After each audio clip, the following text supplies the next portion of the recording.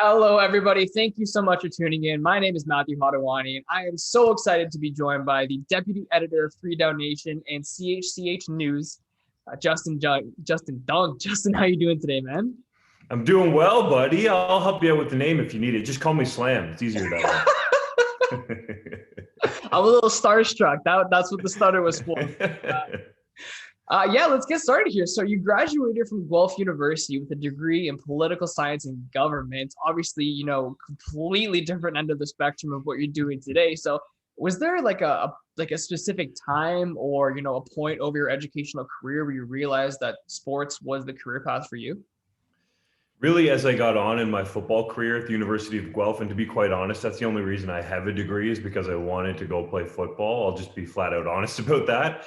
So as I was getting, yeah, exactly. C's get degrees, man. I'm no A scholar, Harvard type student, but as I was getting on in my years at the University of Guelph, played quarterback there for 5 years, was fortunate to start as a rookie.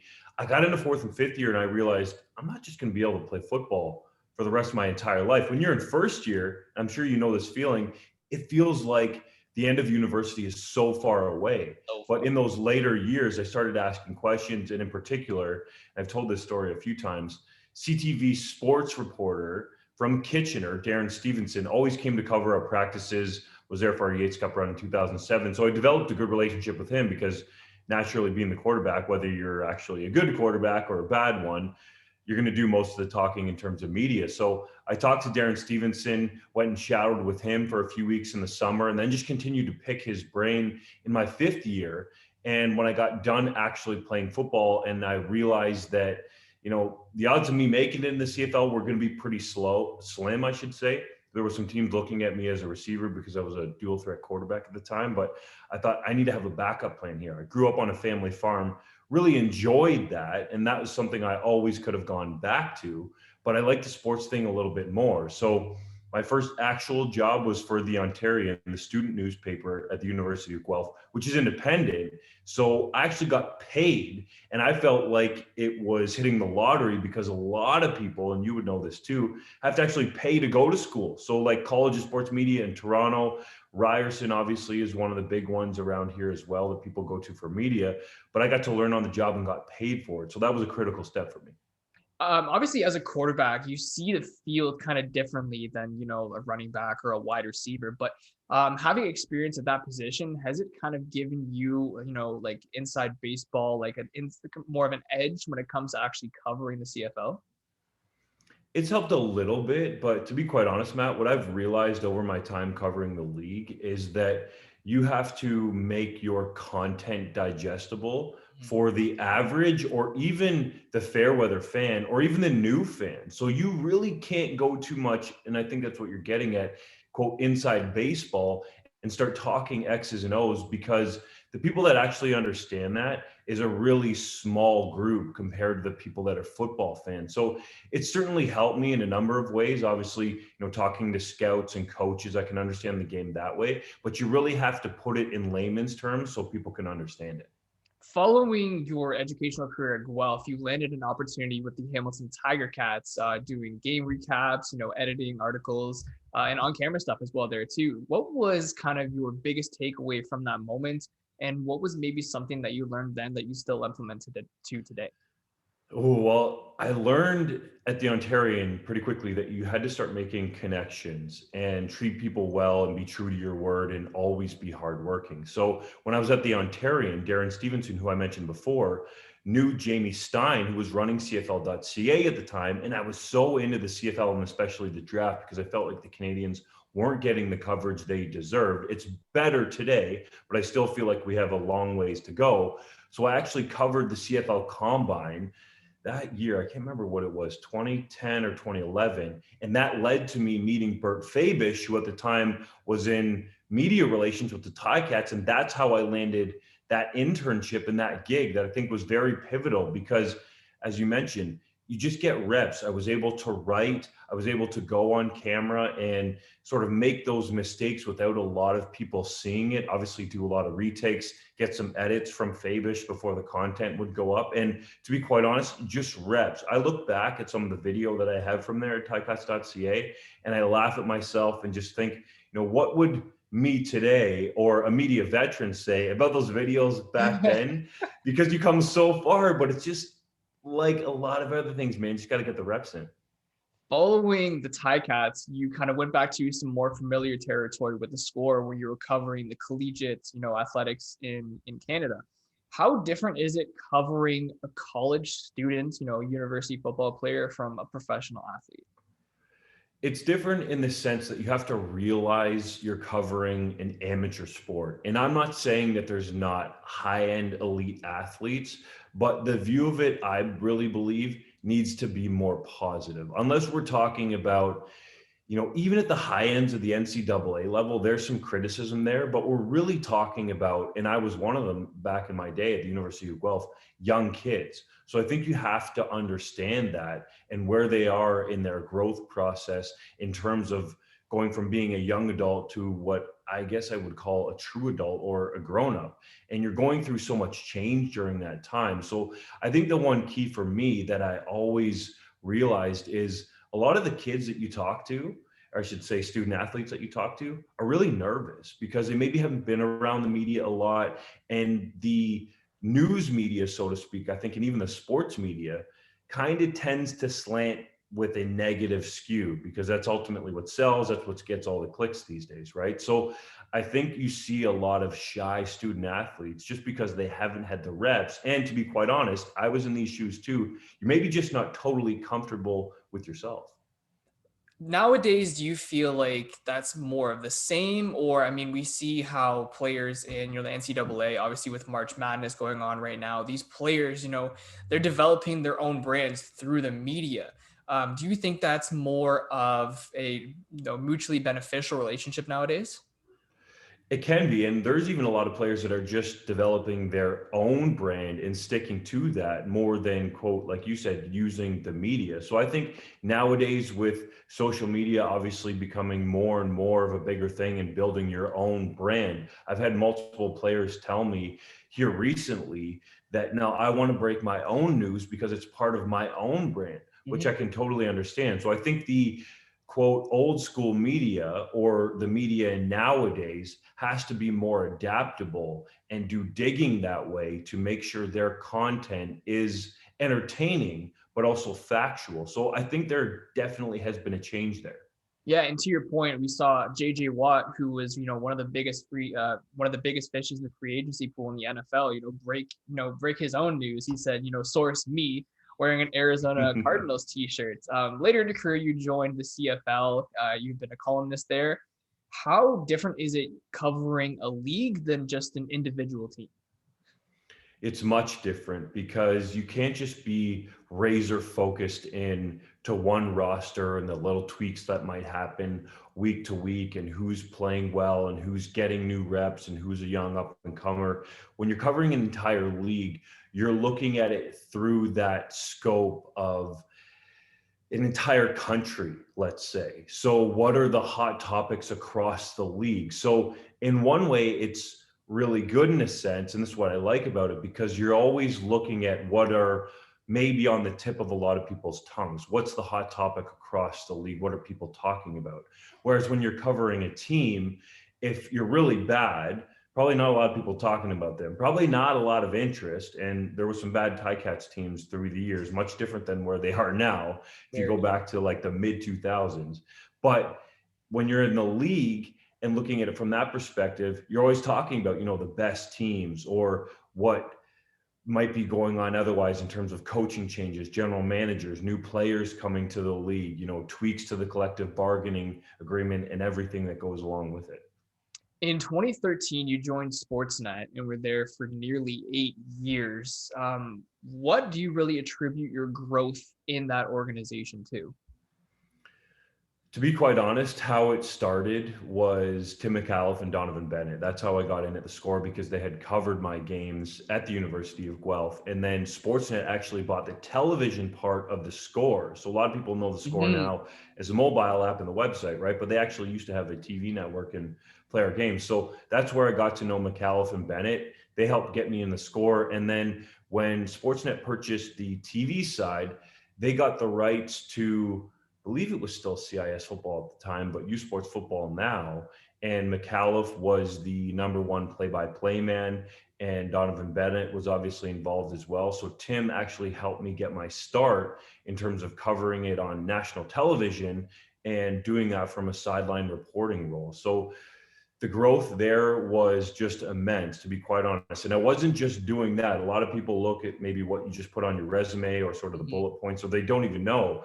A lot of people call it, who know what it is, the row. So when you're watching, whether it's TSN Sports Center or when you're watching Sportsnet, and you can see people behind the scenes sort of moving around and they're looking at monitors, that's the row. They're making highlights. So I used to actually be part of the ticker department at the Score that's run by a legend, Steve Fellon. Learned a lot there. And then how to properly put highlight packs together and what TV should look like. I learned that on the row. And then it helps you because when you get on the sideline, you understand now that if you have a story, you need video support because that's the medium that you're using. So the growth at Sportsnet was immense. And then also on the website side, I was writing as much as I could. I maxed out their CFL freelance budget, and I was constantly pitching NFL stories, paid most of my own way to go to the combine, the NFL combine in 2015, because Brandon Bridge, a Canadian quarterback, was there, and a number of other Canadians, Tyler Varga, a running back as well, which was obviously very rare for two skill position Canadians to be at a combine. So I felt like it was something I needed to be covered, and I still use those in my writing portfolio today. Going back to pretty much what you were just saying about covering the combine there, but do you feel as a collective that all these media outlets, give U Sports a fair shake when it comes to coverage? It's hard to say. And I think if you look at it overall, the issue there just seems to be a lack of attention on it from the general public. Now, a lot of people might say, oh, well, you need to cover it more.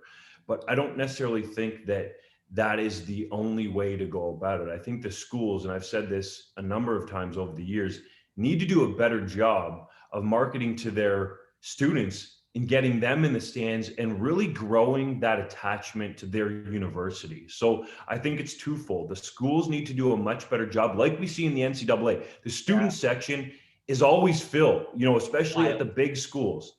Exactly. So it needs to be jam-packed and rocking and be a party. I'll give you an example. At Guelph, homecoming is always rammed. There's keggers and all that other stuff going on before the game, and the students are showing up because it's more of an event. It's less of a football game, but it's billed as a big-time event that people don't want to miss out on. So I think if the universities can do a better job, then that in turn would force media in our country to cover it more. Obviously, I'm a little biased because it's near and dear to my heart. So I do think it should be covered more because there are some elite athletes, and we've seen it recently, let's say with Tavius Robinson, who went from the University of Guelph to starting at Ole Miss University in the SEC. So that's just a football example. There's many Olympians that are in U Sports that come out of those programs. So I really think that, yes, I would agree. The athletes in U Sports are underrated and undercovered.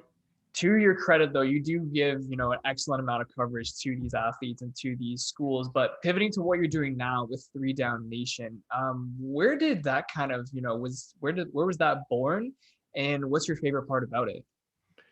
Well, it was born out of the brain of Drew Edwards. He deserves all of the credit. He was covering the Hamilton Tiger Cats for the Hamilton Spectator and looked around and saw the shift in media and where it was going, and didn't see a place where necessarily CFL was being covered as a whole. TSN does what they do, but outside of that, there wasn't one place you can go to outside of the league website, and CFL.ca is admittedly always very positive. So Drew saw a gap there that he felt like was missing. There wasn't one spot like a Pro Football Talk, let's say in the United States, where you could go and get all of your news and be up to date with the latest happenings and goings on in the league. So Drew started that at the Hamilton Spectator. I joined him in a part-time capacity, and he said jokingly at one point, hey, this could become a full-time thing if we really get the traffic boosted up. And I kind of laughed at him at the time, said, well, we'll see where it goes. I don't think there's going to be a full-time job covering football in Canada for a website, but it ended up happening. And then we were fortunate enough to get the website from Torstar, be able to go independent, and have been growing ever since. Drew has since moved on to a different career. He's very passionate about it, and I'm very lucky to go to what I call the Drew Edwards School of Journalism. I've ran into him a couple of times at Tim Hortons Field, and like you said, just an amazing person and somebody who's always really willing to lend a helping hand. But this is kind of a softball question, and sometimes these ones are the hardest to answer. But what is your favorite part about covering CFL? Oh, It's sneaky hard. Sneaky hard. I guess what first comes to mind, quite honest, for me is a story. And I can remember when I discovered Alex Singleton, and obviously it was through some help of some scouts in the league and some people that had made connections with, because nobody had heard of him. And when we found out that he could be a Canadian, I remember writing the story, and I believe the headline was "The Best Canadian Linebacker You Never Heard Of." And it was Alex Singleton. And now we see him on the rise of being an NFL star. So for me, over the years, I would say the most exciting part of it has been covering athletes from the U Sports level or from the collegiate level on the other side of the border in the NCAA, and see them grow into these superstars, or seeing players come up here that are Americans from the NCAA and grow into the familiar faces we see today, like a Bo Levi Mitchell, Mike Riley, Cody Fajardo. I think that's really one of the exciting parts for me. I love breaking news and being on the cusp of all those things. But to me, it's important to develop the relationships, and seeing people grow is really unique. Speaking of news, in 2017, you became the face and voice of sports coverage in Hamilton with CHCH. Can you kind of take me through what it's like covering sports in Hamilton? That's such a, very, very passionate sports city. It really is, especially everyone will talk about the Ticats being top among that. Forge FC has quickly developed a following in the city as well. And then you have this sort of underground basketball community there, led by Shea Gilgeous-Alexander, Kia Nurse, obviously on the women's side. And that's just to name a few. There are a number of hoopers that have come out of Hamilton that have earned NCAA scholarships. And I think there's going to be a continued wave of them more. So overall, in terms of covering it, there's really never a lack of stories. And you're sort of balancing that with covering the Toronto Maple Leafs, because even though it says Toronto in front of the Maple Leafs, they really have this following, except Ottawa, of course, in Ontario, that does go down into Hamilton a lot too. So we cover them, the Raptors a ton, and you're looking at the Canadian storylines as well. So you're mixing local coverage with what some people might call is national coverage, but in reality, CH has such a diehard following there that people will tune into it even when they move outside of the city. I've had people bump into me in Toronto and recognize me, which is kind of weird, and say, hey, I flip over to your sports segments on the weekends because, let's say, for example, CTV doesn't even have a sports cast anymore. So they just have straight news. They don't have any sports. So when you hear that people are switching over, kind of makes you feel good. But I think it's always interesting because every day there are just so many different stories and so many different ways you can go. Looking ahead to the upcoming CFL season, is there a storyline or maybe a person of interest that you're looking forward to covering the most? Oh, well, the storyline is obviously whether or not they can get back on the field, because I don't think that's a lock yet. Now, I'm pretty much sick of talking about it. And obviously, COVID-19 has ruined a lot of things in our lives, or taken a lot of things away, I should say. I try to look at it from the positive approach and still, put my head down and go to work and grind away and get the things done that I want to do. You just can't quite do it in the same manner being together with people. As far as storylines go, the one that jumps right to my mind right away is, can Cody Fajardo with the Saskatchewan Roughriders put another season, stack it with what he did, I was going to say last year, but last season in 2019? Because you had Bo Levi Mitchell dealing with an injury, Mike Riley struggling behind an offensive line in BC that left him beat up and knocked him out to end the season, and the Winnipeg Blue Bombers go on that run, and the Riders were so close, but the rosters have taken on different shapes now. There's a bunch of new faces in new places. So I'm curious if Fajardo can get it done in a loaded West Division, because Fajardo, I really think, is that next guy that could be one of the faces of the league. I would put Bo Levi Mitchell in that category right now. Mike Riley, certainly. Jeremiah Masoli, I think, has started to come out of his shell in terms of being a little bit shy, maybe with the media or even on social media. So he could certainly be one of those players. But because Fajardo's in Saskatchewan and the green and white, the love for them just goes around the country. To me, Fajardo is probably near the top of my list. Well, Justin, I can't thank you enough for taking the time to speak with me today. I'm myself, yourself, and the entire country are really looking forward to that next coming season. So again, thank you so much. Fingers crossed, man. Hopefully you did it too. I got it off the top. You got the closing. All right, we're even now. Yeah, we're good to go. Appreciate it. Thanks for having me on, man.